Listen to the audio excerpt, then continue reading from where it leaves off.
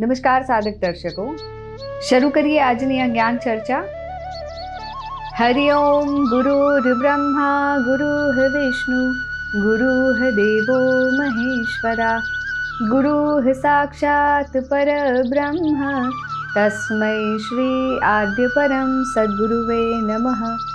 આદ્ય પરમ સદ્ગુરુવે નમઃ.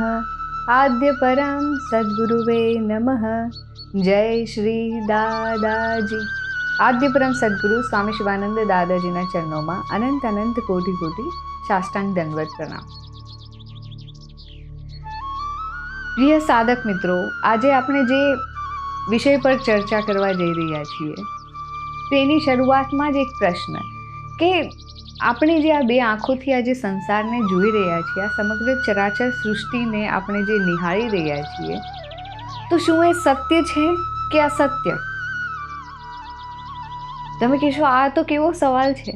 અરે જોઈ રહ્યા છીએ, દેખાય છે, સ્પર્શ થાય છે, તો એ સત્ય જ છે ને, અસત્ય કેવી રીતે? તો ફરી ત્યાં જો આ વસ્તુને આપણે સમજીએ કે જ્યાં સુધી આ જડત્વ, આ જે બારે જે આ જડત્વ દેખાય છે, એ જડત્વની અંદર કંઈક એવું પ્રજ્વલિત છે, કંઈક એવું ચેતન છે કે જેના કારણે આપણે એ જોઈ શકીએ છીએ. અને એ જોઈ શકીએ છીએ એટલા માટે આપણને એવું લાગે છે કે એ સત્ય છે. પ્રિય સાધક મિત્રો, આજનો આ મુખ્ય સવાલ જે આપણે આજે જે જાણવાના છીએ, તો જ્ઞાન ચર્ચાની શરૂઆતમાં જ એક એવો સવાલ કે આપણે આજે આ નરી આંખે જે બધી સમસ્ત ચરાચર સૃષ્ટિને જોઈએ છીએ, નિહાળીએ છીએ, તો શું એ સત્ય છે કે અસત્ય? તમે કહેશો આવો કેવો સવાલ કે જોવે છે, સ્પર્શ કરે છે, અને તો પણ કે સવાલ કરે છે કે સત્ય છે કે અસત્ય? દેખાય છે તો સત્ય જ છે ને?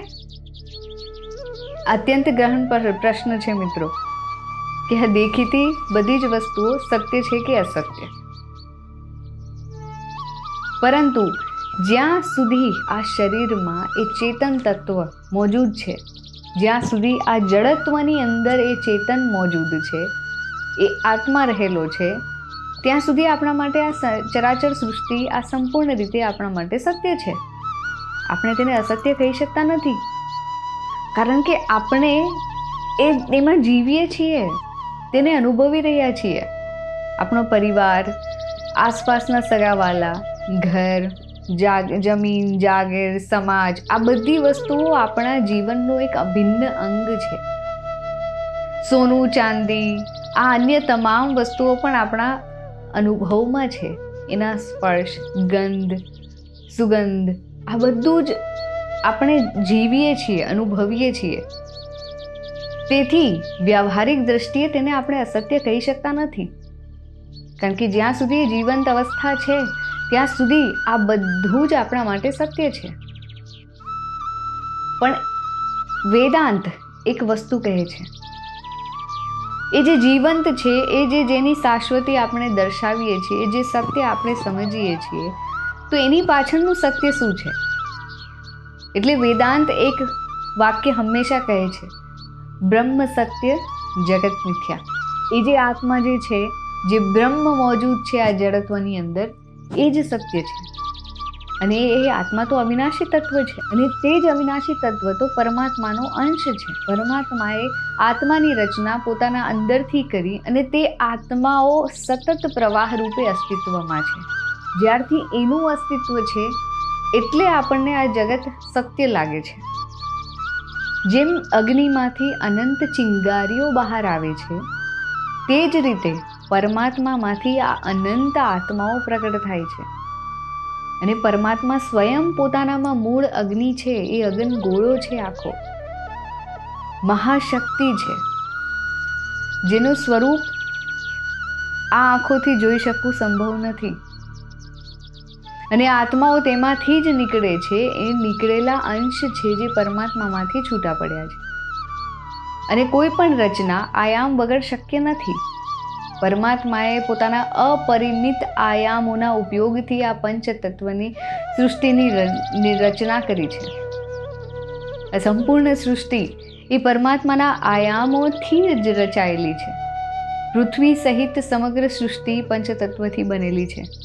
પૃથ્વી, જળ, અગ્નિ, વાયુ અને આકાશ, આ જ પંચતત્વોથી માનવ શરીર પણ બનેલું છે. અને જ્યારે પરમાત્માએ આ જડ શરીરમાં આ આત્માને મૂક્યો ત્યારે એ જડ ચેતનમાં બન્યો અને એને ચેતન બન્યા બાદ જીવનની શરૂઆત કરી. તો હવે કહો, પરિપૂર્ણ સત્ય શું? માત્ર જડત્વ કે એની અંદર વસેલું ચેતન? માણસ જન્મ લે છે, જન્મતાની સાથે આ સૃષ્ટિને નિહાળવાની શરૂઆત કરે છે, જોવાની શરૂઆત કરે છે. એ સૃષ્ટિમાં આવ્યા બાદ એ ધીરે ધીરે એ સૃષ્ટિનું, એ જડત્વનું જ્ઞાન પ્રાપ્ત કરવાની પણ શરૂઆત કરે છે. શિક્ષણ દ્વારા તે ડૉક્ટર, એન્જિનિયર, આ હરેક વસ્તુઓને જે વિજ્ઞાને વિકાસ કરેલું છે એ દરેક વસ્તુઓનું એ શિક્ષણ લેવાની શરૂઆત કરે છે. વિજ્ઞાન પહેલાં તો ઓછું વિકસિત હતું, પણ એ સમયે એને ઘણી વાતો એવું સ્વીકાર, એ જે સમયે જ્યારે વિજ્ઞાન ઓછું વિકસિત હતું ત્યારે જગતે ઘણી એવી વાતો છે જેને સ્વીકૃતિ નહોતી આપી. પણ એનો અર્થ એવો પણ નહોતો કે સ્વીકૃતિ નથી આપી એટલે એ સત્ય નથી. જેમ કે એક ઉદાહરણથી સમજીએ કે એક સમય એવો હતો જ્યારે માનવામાં આવતું કે સૂર્ય પૃથ્વીની પરિક્રમા કરે છે. પરંતુ જ્યારે નિકોલસ કોપરનિકસ નામના એક વૈજ્ઞાનિકે કહ્યું કે પૃથ્વી એ સૂર્યની આસપાસ ભ્રમણ કરે છે અને સૂર્ય સ્થિર છે, ત્યારે લોકોએ એની આ વાતને સ્વીકૃતિ નહોતી આપી. એ સાયન્ટિસ્ટને સજા થયેલી. ત્યાં સુધીની અસ્વીકૃતિ જનતામાં હતી કે એને આ વૈજ્ઞાનિકના આ થિયરીને પ્રમાણિત કે એને સ્વીકાર નહોતું કર્યું. અને સમય જતાં એ જ વાત પર વધુ સંશોધન થયા અને આજે એ સત્ય સમગ્ર જગતે સ્વીકાર કરી લીધું છે. સમગ્ર જગત એ જ સત્ય ઉપર ફરી પાછું સંશોધન કરી રહ્યું છે. એટલે જેને સ્વીકૃતિ નથી મળી એનો અર્થ એ નથી કે એ અસત્ય છે. એ જ રીતે આજે આપણે જે જોઈ રહ્યા છીએ તેને ખોટું કહી શકાતું નથી, કારણ કે આપણો જીવંત અનુભવ છે. પરંતુ એક મિનિટ ખાલી થોભીને આપણે જો આ વસ્તુ પર વિચાર કરીએ કે જ્યારે આ આત્મા શરીર છોડે છે, આ દેહ છોડીને જ્યારે એ આત્મા જતી રહે છે ત્યારે આ સૃષ્ટિ આત્મા માટે શું બની જાય છે? ત્યારે આ સૃષ્ટિનું એ આત્મા માટે સત્ય કેટલું બાકી રહે છે? તો જ્યારે આ સૃષ્ટિ આત્મા માટે, જ્યારે આત્મા શરીર છોડીને જતી રહી છે ત્યારે આ સૃષ્ટિ એ આત્મા માટે અપ્રાસંગિક બની જાય છે. પરિવાર, સંપત્તિ, સુખ, સુવિધા એની સાથે જતું નથી. અને આ કારણથી જ આપણા શાસ્ત્રોએ આ જગતને મિથ્યા કહ્યું છે, કારણ કે એ આત્મા સાથે શાશ્વતી નથી આપતું, તે અંતિમ સત્ય નથી. પરમાત્માએ ફક્ત પૃથ્વી જ નહીં પરંતુ અનેક ઉચ્ચ લોક પણ બનાવ્યા છે. મલ્ટી યુનિવર્સ મોજૂદ છે. મલ્ટી યુનિવર્સથી ઉપર પણ એક પરમ સત્ય કે જ્યાં બ્રહ્મલોક છે, વિષ્ણુલોક છે, ઇન્દ્રલોક છે, કૈલાશ લોક છે વગેરે જેવા અવિનાશી ગણાતા જે અવિનાશી જગત છે એ મોજૂદ છે. જેમ આત્મ સાક્ષાત્કાર કરે છે સાધક અને એ સૂક્ષ્મ શરીર દ્વારા યાત્રા કરે છે, તે લોકો આ બધા જ લોકનો અનુભવ કરે છે અને સાચો આનંદ પ્રાપ્ત કરે છે.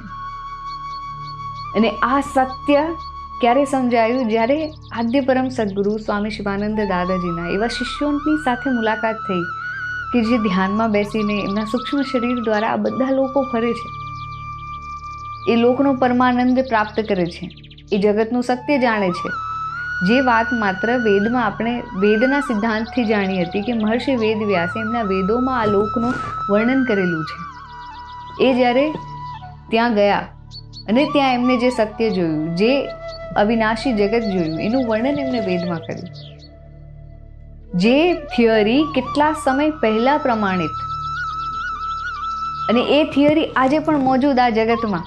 એટલે આ પરમ સત્ય બહુ અદ્ભુત છે, કારણ કે સાધક જ્યારે એ પરમ લોકનો આનંદ પ્રાપ્ત કરે છે ત્યારે એ વસ્તુની શાશ્વતી એ સાબિતી આપે છે કે ત્યાં જે પ્રેમ છે, ત્યાં જે આનંદ છે એ પરિપૂર્ણ છે. એ આનંદ, એ પ્રેમ આ અવિનાશી, આ જે વિનાશી જગત છે, આ જગત તો વિનાશી જગત જ છે, જેનો વિનાશ છે જે શાશ્વત નથી, જે ત્રિગુણોથી બંધાયેલું છે, તો એ ત્રિગુણોનો ક્યારેક ને ક્યારેક અંત છે, પરિવર્તન છે, પણ એ જે દિવ્ય જગત છે એ શાશ્વત છે. અને ત્યાંનો પ્રેમ, ત્યાંનો પરમાનંદ એ શબ્દોમાં પણ અહીંયા આવીને, એ પાછા આ જગતમાં આવીને વર્ણન કરી શકતા નથી, જે માત્ર અનુભવી શકાય છે. એ અનુભવો એ સાધકો વ્યક્ત કરવાનો પ્રયાસ શબ્દોમાં અવશ્ય કરે છે. તો એ પરિપૂર્ણ સત્યને જાણી લેવું એ અદ્ભુત વાત છે. અને સાચી આધ્યાત્મિક દ્રષ્ટિકોણથી જો આપણે એને જોઈએ તો જ્યાં સુધી આ શરીર છે ત્યાં સુધી જ આ જગતને આપણે અસત્ય નથી કહી શકતા. પરંતુ જ્યારે તેમાં આસક્તિ રાખ્યા વગર જીવતા શીખી ગયા, એ જીવવાની કલા કોઈ યોગ્ય આધ્યાત્મિક ગુરુએ શીખવી દીધી સાધકને, તો એના કર્મોથી પરે થઈ શકે છે, તો એનો આધ્યાત્મિક માર્ગમાં એ પ્રગતિ કરી શકે છે. ત્યારે એને એ સત્ય આધ્યાત્મિક માર્ગ એ સમજાય છે.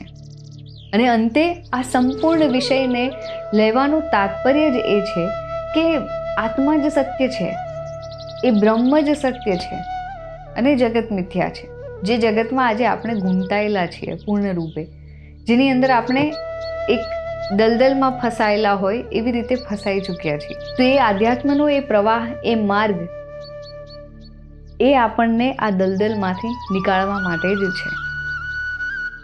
એટલે આવો માર્ગ પસંદ કરી આવા દિવ્ય લોકની અનુભૂતિ આપ પણ પ્રાપ્ત કરે. જય શ્રી સ્વામી શિવાનંદ દાદાજી.